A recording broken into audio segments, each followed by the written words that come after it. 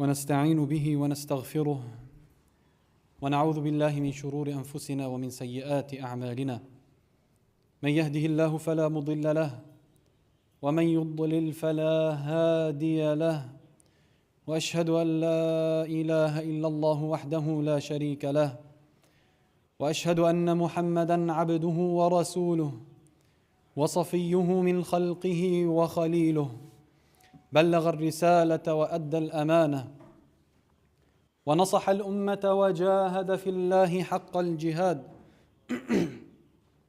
حتى أتاه اليقين فصلوات ربي وسلامه عليه وعلى آله وأصحابه ومن تمسك بسنته واكتفى بهديه بإحسان إلى يوم الدين. يا أيها الذين آمنوا اتقوا الله حق تقاته ولا تموتن إلا وأنتم مسلمون. يا أيها الناس اتقوا ربكم الذي خلقكم من نفس واحدة وخلق منها زوجها وبث منهما رجالا كثيرا ونساء واتقوا الله الذي تساءلون به والأرحام إن الله كان عليكم رقيبا. أما بعد فإن أصدق الحديث كلام الله تعالى وخير الهدي هدي محمد صلى الله عليه وسلم وشر الأمور محدثاتها وكل محدثة بدعة وكل بدعة ضلالة وكل ضلالة في النار أجارني الله وإياكم من النار. ثم أما بعد. I want to narrate to you an event that made history, a calamity that bestruck a believing people, however remained steadfast. A calamity so severe that it could crumble even the strongest and the highest and the biggest of mountains. A calamity so severe that the eyes weep to and the heart hurt when its events are narrated. A believing people, persecuted, taken hostile. However, they were patient and steadfast on the command of Allah Azza wa Jal. This story shows you that once Iman enters upon the heart, it gives you strength, courage and bravery to stand before tyranny, to stand before aggression and say, I am He, and He I will stay, even if it means I die. Fueled by the hope that my blood, if it is to be shed, will serve as a curse, and destruction to your oppression, giving hope and life to the generations that are coming. To clarify, I'm not talking about what's happening in Palestine, nor am I talking about the persecuted Uyghurs in China, the Chinese or the Muslim minority in China, known as the Uyghurs, and the persecution they face. I'm not talking about the persecutions that the Muslims of Kashmir face, no. Nor am I talking about the persecution that the Bosnian and the Chechen Muslims faced. No, I'm not talking about the persecution that the Burmese Muslims are facing. No, I am talking about a people way and well before the prophethood of Muhammad sallallahu alayhi wasallam. The thing is, it all sounds too familiar. The persecution, the aggression, the patience, the steadfastness, the tyranny. It sounds so familiar that one may think it's happening, or we're talking about what's happening today.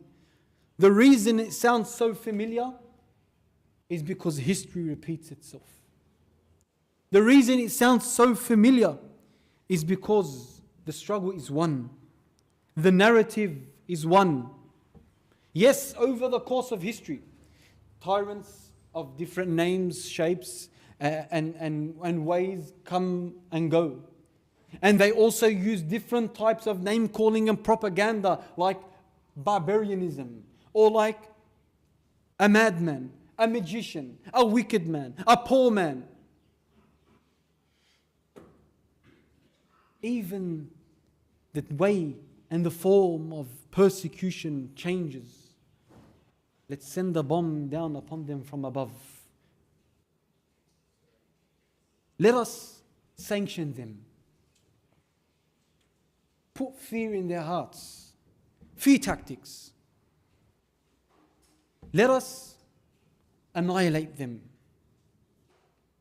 Different types of aggression, different narratives, different agendas, but the one comparison that all have alike is the reason is the same. The reason for persecution and aggression is the same. Allah Azza wa Jal says in the Quran, beginning the story that I want to share with you today, after أعوذ بالله من الشيطان الرجيم بسم الله الرحمن الرحيم والسماء ذات البروج واليوم الموعود وشاهد ومشهود قتل أصحاب الأخدود النار ذات الوقود إذ هم عليها قعود وهم على ما يفعلون بالمؤمنين شهود وما نقموا منهم إلا أن يؤمنوا بالله العزيز الحميد الذي له ملك السماوات والأرض والله على كل شيء شهيد. It's the story of the people of the ditch, the companions of the ditch. Many have heard this story. Many have read the events of this story and how it took place. And oh, what a story it is. And oh, what comparison there is to what we are seeing today of events to the persecuted Muslims all around the world. The one constant comparison that we can make between this story and what we see past and present of oppression is that, as Allah Azza wa Jal says, وَمَا نَقَمُوا مِنْهُمْ إِلَّا أَن يُؤْمِنُوا بِاللَّهِ الْعَزِيزِ الْحَمِيدِ. There was only one accusation. There was only one problem with these people and there was nothing else. And anyone that tells you otherwise is fooling you. The only problem is that they have a problem with La ilaha illallah.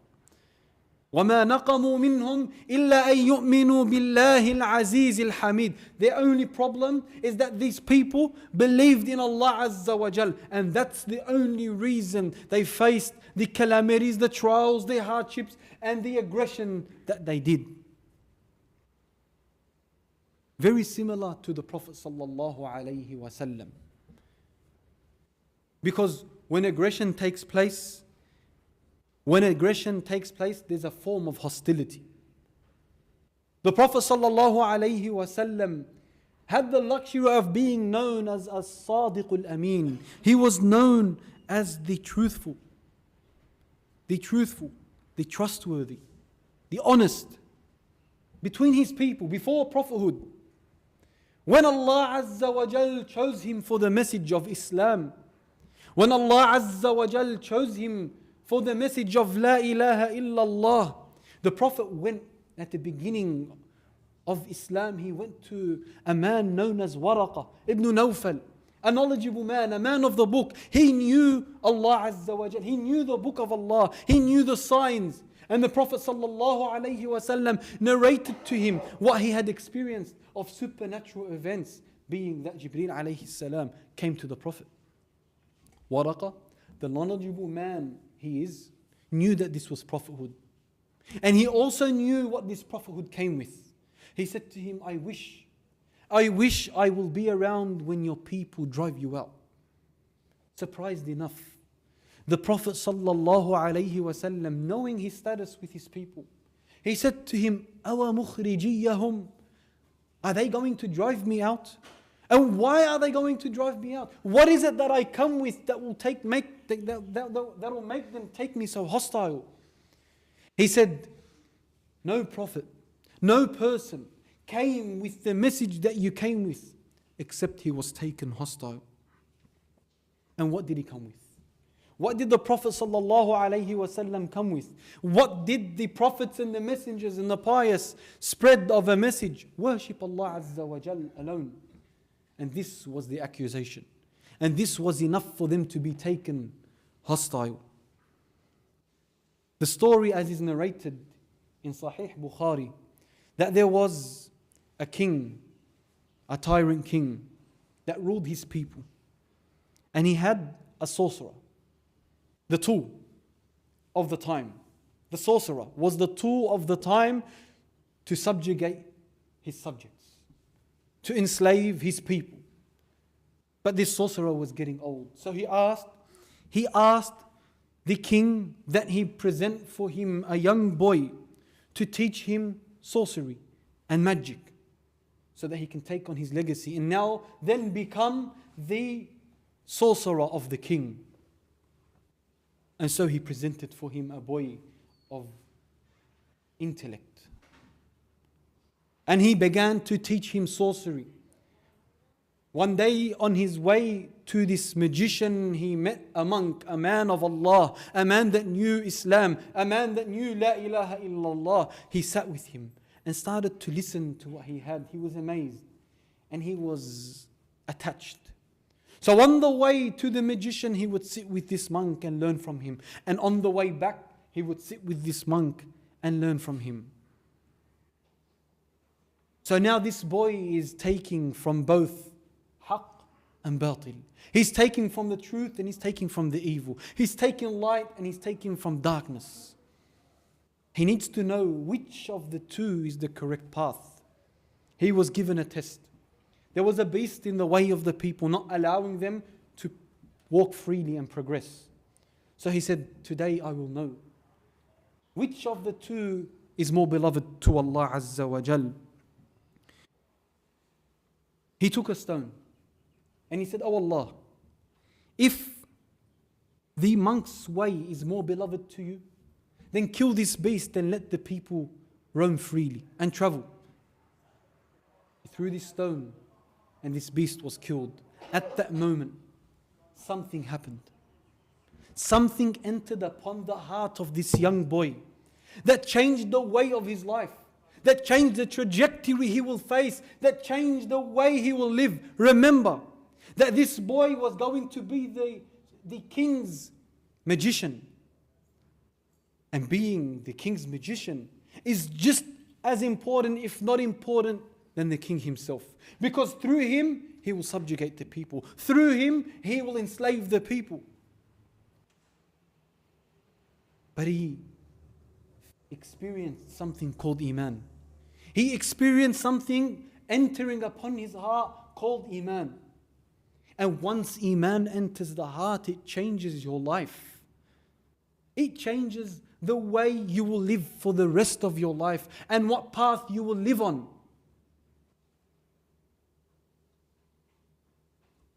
From there on, this boy lived his life calling to La ilaha illallah. How? By what Allah has given him of knowledge. Allah gave him the ability to cure the blind and the leper and all types of diseases. And his news spread wide and far that this boy of the king can cure. So much so that the companion of the king found out and he was blind, so he came with all his presents. The companion of the king, close to the king, found out of this news, so he went to him, I need my eyesight, I'll give you whatever you want. Cure me. This is where things change now. This is where things become more serious. He said to him, I don't cure. Allah Azza wa Jal is the one that cures. Allah Azza wa Jal is the one that cures. You must believe in Allah. Submit to the religion of Allah, and then Allah will give you if He wills. And so the man believed in Allah Azza wa Jal. Now on the idea of sorcery and magic, every tyrant, for the way of the tyrant is that they have ways to subjugate their subjects, to enslave them. Magic in this story. But in others, sanctions.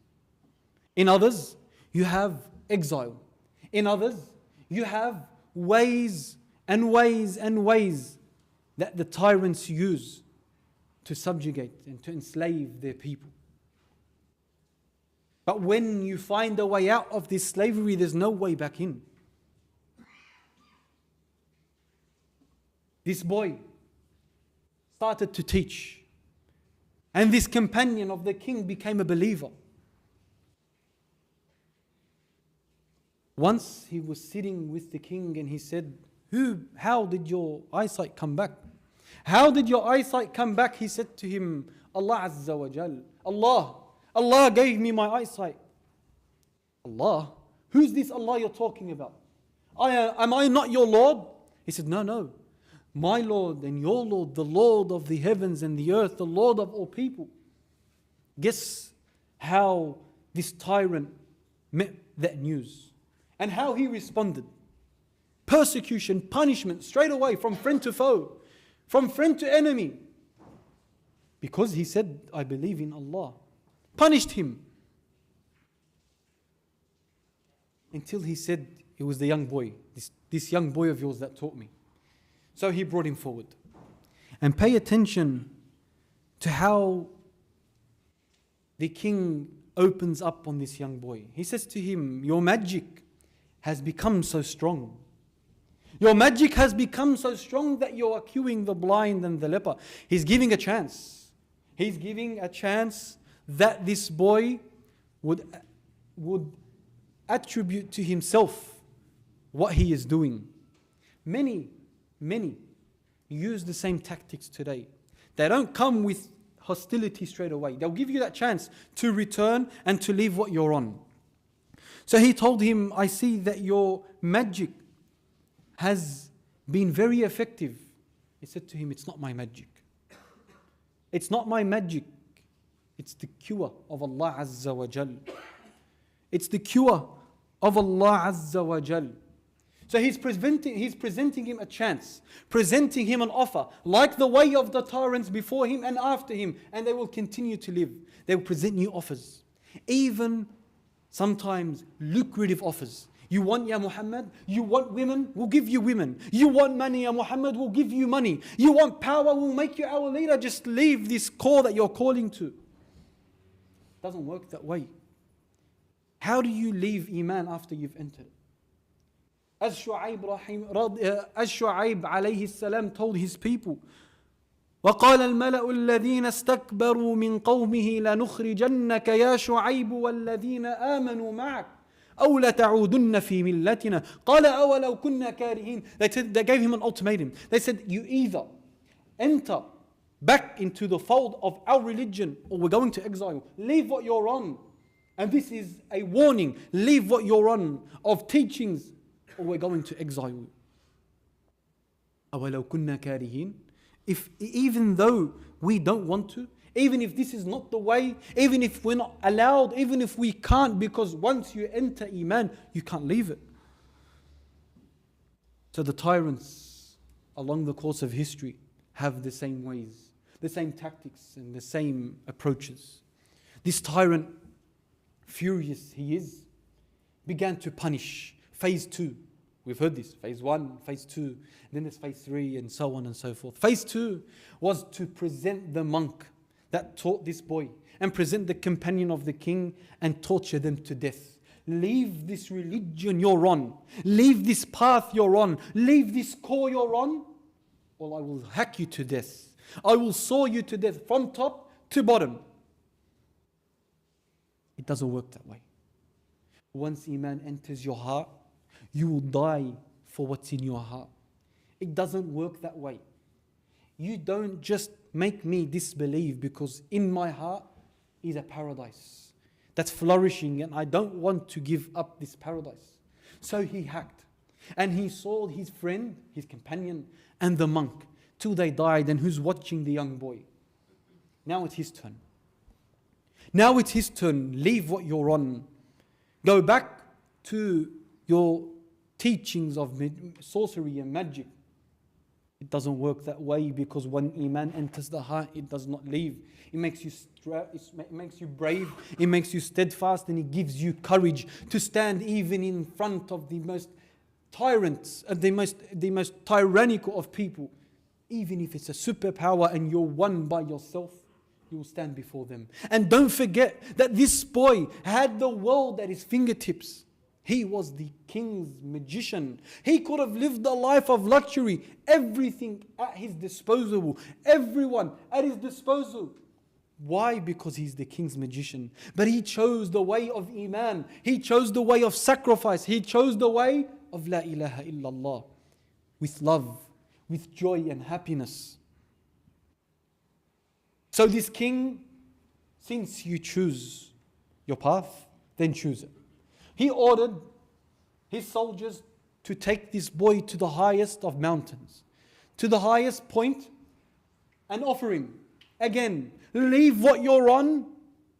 If not, chuck him from the heights of this mountain. The Iman in this heart that flourished asked for one thing and one thing only. Looked up to the heavens and said, Allahumma kfinihim bima shi't. Oh Allah, the one that is the true king, the true owner, the true sovereign, the one that disposes of his slaves how he wills. Take care of them the way you will. Dispose of them the way you will. Allahumma kfinihim bima shi't. The mountain shook, the soldiers died, and he stayed alive. Now at this point, he knows that the king wants him dead. He knows that the king is after him, and the king wants his blood. Flee. Save yourself. Flee out of fear for your life. One may think. But he walked back to the king. He walked back to the king and stood before him. Where are your companions? Where are my soldiers? Kafanihimullah. Allah Azza wa Jal took care of them for me. So he doubles down. Take him to the depths of the ocean and offer him again. Leave what you're on or throw him until he is drowned. Allahumma kfinihim bima shi't. Oh Allah, take care of them the way you wish. And so Allah did. They all drowned and he came back once again to the king. Where are my companions? Where are my soldiers? Kafanihumullah. Allah took care of them. He said to him, don't stop. Don't bother. You are not going to be able to kill me whatsoever. Unless you listen to what I tell you. This boy was willing to offer his life. Was willing to offer his blood for what comes next. He said, gather all your subjects. All the people, bring them forth. And put them in an open field. Crucify me on a trunk of a tree. Get an arrow. Aim at my temple and say, Bismillahi Rabbil Ghulam. Say in the name of Allah, the Lord of this boy. And only this way will you be able to kill me. Desperate enough, this king done exactly that. Gathered all his subjects, put them before, aimed Bismillahi Rabbil Ghulam in his temple. The boy died. Sad. Very sad. But what came next is life, not death. آمنا برب الغلام. آمنا برب الغلام. آمنا برب الغلام. Everyone started to say, we believe in the Lord of this boy. We believe in the Lord of this boy. This is exactly what the king feared. And this is exactly what every single tyrant fears. That people will turn. It was a trap, and he walked straight into it. Almost like maybe. We can just say maybe and draw comparisons. That you have a tyrant, a superpower that wants to get rid of a people that they can't get rid of. A weak people, but they can't get rid of them. So they walk into their trap, and their trap is called Gaza. And the whole world is watching like this boy told the king, let your subjects watch. And now the world is watching. As the veil of hypocrisy, as the veil of tyranny is being lifted slowly. This trap will be, bi'iznillah, the same trap as the trap of this king, and will be the end and the demise of their tyranny and their oppression. The way of the tyrants is very similar. Over the course of history, they're all the same. When they feel like they are being cornered and they are in danger and and their rule is under threat, then they will double down and they will triple down and they'll say phase 1 and phase 2 and phase 3 and so on and so forth. Listen to the command of Fir'aun and what he commanded the people to do, or his elites to do, and what's happening today. وقال الملأ من قوم فرعون أتذر موسى وقومه ليفسدوا في الأرض. Are you going to just leave Musa and his people to cause mischief on the earth, on this land? These barbarians, are you going to leave them living an uncivilized way? قال سنقتل أبناءهم ونستحيي نساءهم وإنا فوقهم قاهرون. We're going to kill their children. We are going to subjugate them and be on top of them. Is that not what is happening today? What have they done? Other than obliterated areas, destroyed it with bombs, and killed children. That's all they've done. They have not got rid of this terrorism that they tell us about. Because if you are a person in Gaza, you're a terrorist. But they haven't got rid of it yet. All they've done is destroyed buildings and killed children. Like Fir'aun ordered. Or the blockade of Quraysh. The blockade of Quraysh on the Prophet ﷺ and his companions. No food, no water, no contact with the outside world. Is this not what is happening today? The tyrants and their way is all very similar. When nothing else works, they will say, let's nuke them. Let's just send a nuclear bomb and just finish them. Is that what not was said? They said with that specific word, send a nuclear bomb. Finish them. That's the way of the tyrants. And it's all the same. And you know who else thought of that idea and said, let's just nuke them? This king we're talking about. But he didn't have a nuclear bomb. What he had was a trench, a ditch. And he filled this ditch with fire. And then he lined up his subjects. And he said, who's your Lord? They say, Allah. In the ditch you go. Burned to death. To hell you go. Isn't that what they said? But wallah, what was in that ditch was not hell but paradise.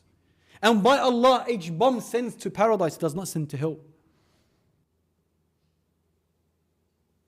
Into hell you go. Some were willing to go to hell. Don't chuck me. I'll go in myself. Because they knew what was in there was paradise, not Jahannam. And by Allah, what is being sent down upon them is only keys to paradise. Is only keys to paradise. The ways of the tyrants is the same. At the end of this hadith, there was a female that was holding her baby. And she was reluctant. And who wouldn't be reluctant? Which heart that has mercy? Which heart that loves and has a baby in their hand? Which heart that cares for life? Let alone your life, let alone your child's baby's life. She was reluctant. But her son or her baby, by the will of Allah Azza wa Jal, spoke and said, "Oh mother, be patient, for what you are on is the truth. Ya ummah, isbiri, fa innaki ala al-haq." Be patient, for you are on the truth. The way of the tyrants is always the same. And with patience, perseverance, steadfastness and reliance on Allah Azza wa Jal, the result is always the same.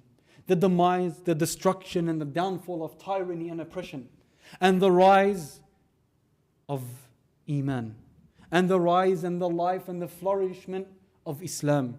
So by the will of Allah, if you stand on the boundaries of Allah, attend to the commands of Allah, stand where Allah wants you to be patient on the religion of Allah, then there is only and only one, and no other, but one result awaiting you, and that is bliss, joy and success in this world and the next. أقول ما تسمعون وأستغفر الله لي ولكم فاستغفروه فيا فوز المستغفرين.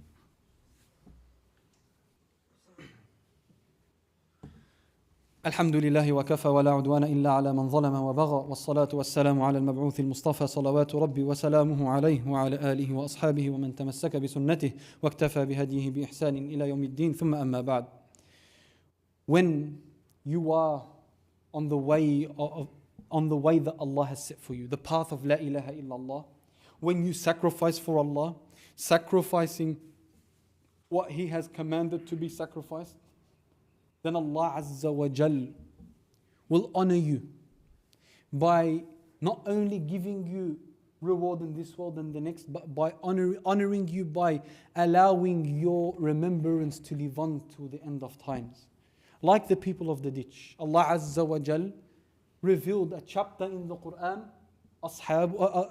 chapter in the Quran, Al-Buruj, in Surah, in Juz' Amma, or for them, in their remembrance, in their honoring, reminding us that sacrifice for Allah Azza wa Jal, patience for Allah Azza wa Jal, living on the pathway of La ilaha illallah, there's only one result, and that is victory and success. As for the tyrants, that's the way of Allah Azza wa Jal. وَلَوْ شَاءَ اللَّهُ لَانْتَصَرَ مِنْهُمْ وَلَكِنْ لِيَبْلُوَ بَعْضَكُمْ بِبَعْضٍ.